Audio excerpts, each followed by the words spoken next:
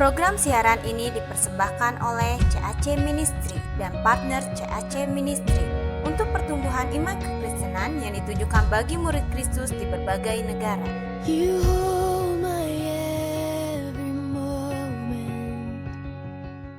Shalom pemirsa, senang berjumpa kembali dalam program Keluarga yang Berkemenangan dan berbahagia. Saya Pastor Cahyadi Chandra dan juga Pastor Laurencia Laura. kami akan membawakan program Keluarga Berbahagia Berkemenangan ini dengan tema khusus. Tema ini juga kami bawakan dalam bimbingan pranikah. Tapi bagi Anda yang sudah menikah, ini juga penting Anda untuk segarkan kembali atau mengetahuinya. Ya.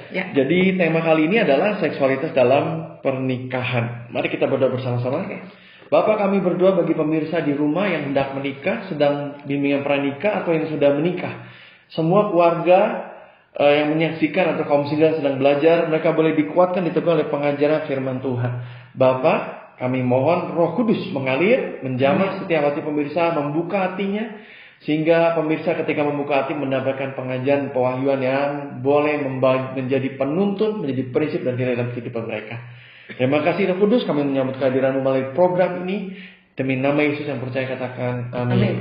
Nah pemirsa, seksualitas dalam pernikahan jarang sekali dibicarakan di gereja. Karena itu orang mencarinya di internet, di situs-situs yang tidak bertanggung jawab, belajar dari cara dunia, buku-buku dunia, sehingga mereka salah jalan. Wajib sekali bagi rumah Tuhan atau gereja untuk mengajarkan prinsip dan nilai-nilai. Apa yang kami ajarkan di sini adalah prinsip firman Tuhan yang tertulis di Alkitab. Pertama-tama, ini akan dibahas, boleh ditayangkan, saudara baca tulisannya. Seks adalah anugerah dalam kekudusan pernikahan. Saya ulang, seks adalah anugerah dalam kekudusan pernikahan. Seksualitas adalah anugerah dalam kekudusan pernikahan. Jadi kata kuncinya adalah kekudusan dalam pernikahan. Jadi perhatikan baik-baik. Seksualitas jika dilakukan di luar pernikahan yang kudus, saudara, yang diberkati di gereja, ya, seiman, sepadan, yang kudus, itu adalah percabulan dan perzinahan. Dunia melakukan seksualitas di luar pernikahan, itu adalah perzinahan dan percabulan. Ya. Itu bukan fungsi dan tujuan seksualitas. Seksualitas itu diberikan di dalam pernikahan yang kudus. Ya, jadi ketika dua orang sudah dipersatukan di dalam Tuhan, suatu ikatan pernikahan yang kudus, diberkati, mereka boleh menerima anugerah ini. Jadi ini adalah anugerah khusus di dalam pernikahan. Ya. Nah, fungsinya ada rekreasi dan recreation. Ya, ini kan memberikan suatu level keintiman suami istri sehingga semakin menjadi satu tubuh, satu jiwa, satu roh. Tapi juga bisa recreation. Tadi rekreasi dan recreation. Jadi boleh dibaca nomor 2 adalah fungsi rekreasi dan recreation, gitu ya. Jadi ini menciptakan keturunan atau mempunyai anak. Jadi kan suami istri menikah, mereka mendapat anugerah ini dan juga hasilnya buahnya adalah memiliki keturunan. Nah, penting sekali bahwa ini adalah anugerah. Jadi segala sesuatu yang anugerah itu harus dimanfaatkan sesuai dengan fungsinya. Sekali lagi, hanya di dalam pernikahan yang kudus anugerah, di luar itu adalah dosa, mendatangkan kutuk, mendatangkan perpecahan rumah tangga, kehancuran, mendatangkan hal-hal buruk lainnya. Karena sejak awal Tuhan menciptakan sebagai anugerah. Nah, Pastor Laura, kita mulai membahas lebih dalam pada poin-poin berikutnya. Yang pertama tadi, seks adalah anugerah dalam kekudusan pernikahan. Jadi harus pernikahan yang kudus, baru jadi anugerah, jadi blessing. Dan itu memang diciptakan Tuhan sebagai yang kedua, fungsi rekreasi dan recreation. Oke. Nah, yang berikutnya kita membahas di firman Tuhan, bagaimana seksualitas ini penting, bahkan dikatakan penting dilakukan dalam kehidupan rumah tangga, kecuali jika sedang doa puasa. Boleh dibaca ayatnya, saudara, kita sama-sama menyimak dan mendengarkan pembacaan Alkitab ini dan penjelasannya. Silakan, Pastor. Di 1 Korintus 7 ayat 1 sampai dengan 5. Dan sekarang tentang hal-hal yang kamu tuliskan kepadaku adalah baik bagi laki-laki kalau ia tidak kawin. Tetapi mengingat bahaya percabulan, baiklah setiap laki-laki mempunyai istrinya sendiri, dan setiap perempuan mempunyai suaminya sendiri. Hendaklah suami memenuhi kewajibannya terhadap istrinya, demikian pula istri terhadap suaminya. Istri tidak berkuasa atas tubuhnya sendiri, tetapi suaminya. Demikian pula suami tidak berkuasa atas tubuhnya sendiri, tapi istrinya. Janganlah kamu saling menjauhi, ya, kecuali dengan persetujuan bersama untuk sementara waktu, supaya kamu mendapat kesempatan untuk berdoa. Sesudah itu, hendaklah kamu kembali hidup bersama-sama, ya, supaya iblis jangan menggodai kamu, karena kamu tidak tahan bertarak. Pemirsa, Anda bisa membaca tadi, ditayangkan ayatnya. Pastor sudah membagikan, ini begitu padat ya. Banyak hal-hal yang diungkapkan di dalam 1 Korintus 7 mengenai rahasia dalam keintiman atau seksualitas dalam pernikahan. Bisa dijelaskan, Pastor, paling tidak ada 5 poin yang digambarkan oleh satu perikop panjang tadi mengenai pentingnya pernikahan memiliki seksualitas yang baik atau yang sehat ya, sehingga bisa menjadi suatu kekuatan.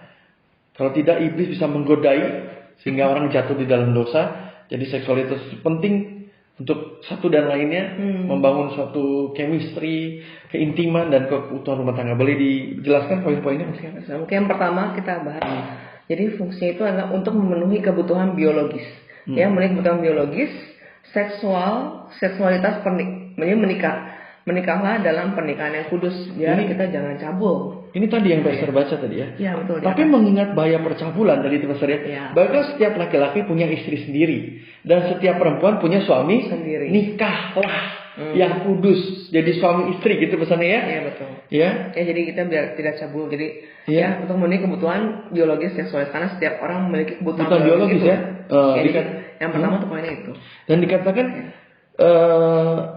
baiklah setiap laki punya istri sendiri dan setiap perempuan punya suami sendiri, hendaklah suami memenuhi kewajibannya terhadap istri dan istri terhadap suaminya. Nah, jadi dua-duanya ini boleh dijelaskan poin berikutnya, Pastor, di ayat ini poin berikutnya. Karena itu, jadi suami istri, yang poin kedua suami istri adalah menjadi satu tubuh. Ya, satu tubuh artinya saling melayani. Begitu menikah, jadi dua menjadi satu.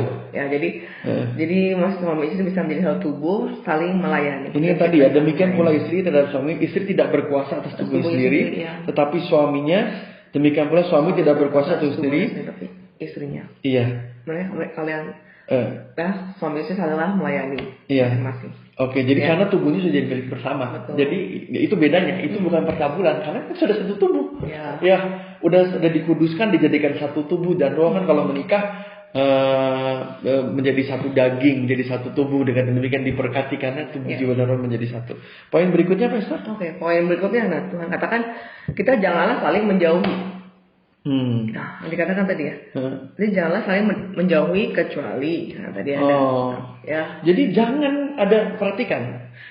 Tadi Pastor sudah jelaskan tidak boleh saling menjauhi. Jadi justru ini artinya gini. Jangan kalau menikah terus tidak pernah melakukannya begitu ya.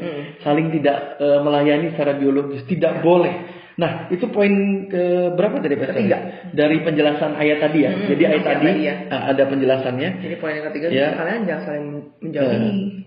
Ada pengecualian ya Pastor? Boleh tidak melakukan hubungan. Jadi lucu nih, malah kita mengatakan jangan tidak melakukan tuh kan. Ini tergantung yang dengar. Kalau dengar pikirannya kotor dan cabul, berzina, cabul ya akhirnya berzina kan. Tapi kan ini diingat dong konteksnya, janganlah saling menjauhi atau tidak melakukan hubungan seksualitas tadi dalam konteks sudah menjadi satu tubuh. Betul, antara suami istri ya. Iya, dikatakan makanya suami istri perlu melakukan ya. Bagi suami-suami yang ogah-ogahan, yang disuruh ogah-ogahan, dia harus baca Alkitab. Kenapa? Nanti dijelaskan oleh Saudara, tapi ada pengecualian. Silakan dibaca berikutnya. Oke, pengecualiannya misalnya, kecuali ada dengan persetujuan ya bersama ambil waktu khusus misalnya dalam rangka doa, untuk berdoa. Kita perlu waktu khusus untuk berdoa. Ya, ini terus di Alkitab, kecuali dengan persetujuan bersama untuk sementara waktu supaya kamu bisa untuk berdoa. Nah, berikutnya Pastor, poin terakhir tentang ayat ini, penjelasan tentang ayat 1 Korintus 1-5 ini. Karena gini, ada bahayanya ketika kita tidak melakukan hubungan suami istri. Ada bahaya jika seksualitas suami istri tidak berjalan dengan baik. Ya, iblis akan mengambil keuntungan. Nah, ini malah ditulis ya, ada kata iblis ya. Saya akan bacakan terlibat nih, ketika terlibat. Biar lebih tajam lagi apa yang Pastor bahas. Ayatnya gini. Sesudah itu hendaklah kamu kembali hidup bersama-sama. Setelah beres doa puasa tadi langsung sama-sama melakukan hubungan seksual supaya iblis jangan mengambil keuntungan. Dikatakan jangan menggodai kamu karena kamu tidak tahan bertarak. Bertarak itu tidak bertarak itu tidak lagi melakukan hubungan seksual. Jadi mematikan keinginan itu ya. Jadi artinya selibat begitu. Nah, penting sekali Anda membaca ayat ini sekali lagi di rumah atau 2-3 kali dan memahami. Sehingga poin-poinnya cukup jelas tadi Ya. bahwa seks ada anugerah dalam kekudusan pernikahan. Di luar itu adalah percabulan perzinahan. Seks diciptakan untuk rekreasi dan recreation. Dan juga dikatakan bahwa penting dalam kehidupan rumah tangga dari 1 Korintus 7 ayat 1 dan 5. Pastor sudah membagikan, saya rangkum Pastor ya. Ya. Pertama untuk memenuhi kebutuhan biologis. Ini penjelasan 1 Korintus 7 tadi ya. Ya. Biologis sehingga penting untuk menikah dan jangan sampai jatuh pada percabulan. Masing-masing punya suami, punya istri. Kedua, suami istri menjadi satu tubuh saling melayani. Ketiga, janganlah saling menjauhi. Keempat, kecuali dengan persetujuan bersama mengambil waktu khusus doa. Kelima, ada bahaya jika seksual tidak berjalan, iblis akan mengambil keuntungan. Nah, suami istri, nikmatilah anugerah dari Tuhan ini. Ya, jangan sampai iblis Mengambil keuntungan. iya, jangan tidak melakukannya kecuali dengan ratu berdoa. Tapi ingat, suami punya istri sendiri, istri punya suami sendiri sebagai fungsi recreation dan juga sekali lagi ini adalah anugerah di dalam pernikahan yang kudus. Biasa kita bahas sedikit. Biasa kasusnya yang kita hadapi apa nih? Yang saling menjauhi, alasannya apa? Yang kita sering dengar, misalnya kalau pria ya. Yang pria jauhinnya pria atau wanitanya? Pertama pria dulu. Kalau Prianya pria nggak tuh, mau gitu. nggak mau melayani istri kan? Kita ngomongin saling melayani kan. Nah. Biasanya yang kita temui capek kerja, nih. Pulang udah capek kerja. Stres depresi pekerjaan, atau dia impoten, atau disfungsi seksual, ereksi dini dan sebagainya. Atau ada yang berikutnya, dia sudah punya istri simpanan. Jadi dia sudah tersalurkan, udah punya simpanan di panti pijit, tempat karaoke, istri sirih gitu. Jadi istri-istri kalau suami nggak pernah minta, hati-hati. Tadi kemungkinannya sakit, tubuhnya sakit, disfungsi seksual, impoten dan sebagainya, jual sini, atau jangan dia apa? Udah punya di luar, atau dia sedang depresi. Ini dicari ya? Iya. Kenapanya dicari? Kalau suami, kalau istri nggak mau biasanya. Biasanya yang kita temuin lelah karena anak. Nah itu jangan jadikan alasan juga ya. Stres ngurus anak ya. Iya. Terus panjang hari sudah stres tapi akhirnya suka berkelanjutan. Pulang udah capek udah. Mood, karena kalau laki-laki berdasarkan penglihatan itu disebutkan mood. Iya. Gitu ya. Itu tidak baik kalau keterusan ya. Tapi kita harus berprinsip kita ingin melayani. Kita ingin melayani pasangan akhirnya. Ya kepentingan kita pun bisa. Tapi ada yang lain saya tahu sendiri. Karena suami jelek. Suaminya jelek, bau. Gitulah. Badannya gemuk, jelek, bau, ya gitu.